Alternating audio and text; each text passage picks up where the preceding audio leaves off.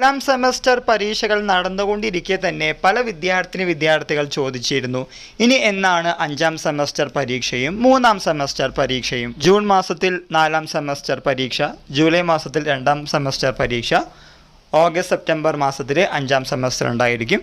അതിനുശേഷമായിരിക്കും നിങ്ങളുടെ 3ാം സെമസ്റ്റർ പരീക്ഷകൾ ഉണ്ടായിരിക്കുക. പല വിദ്യാർത്ഥികളും 1-2 പേപ്പറിൽ മാത്രമാണ് പോയിരിക്കുന്ന ഡിഗ്രി എന്ന പ്രോഗ്രാമിൽ.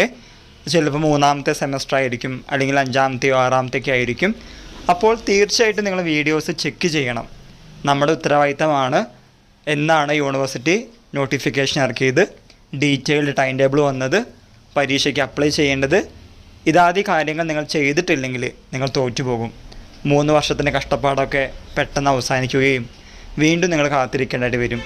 പിന്നെ അത് മേഴ്സി ചാൻസ് ആവും, 1 ടൈം റെഗുലർ സപ്ലിമെൻ്റ് എക്സാമിനേഷനൊക്കെ ആവും.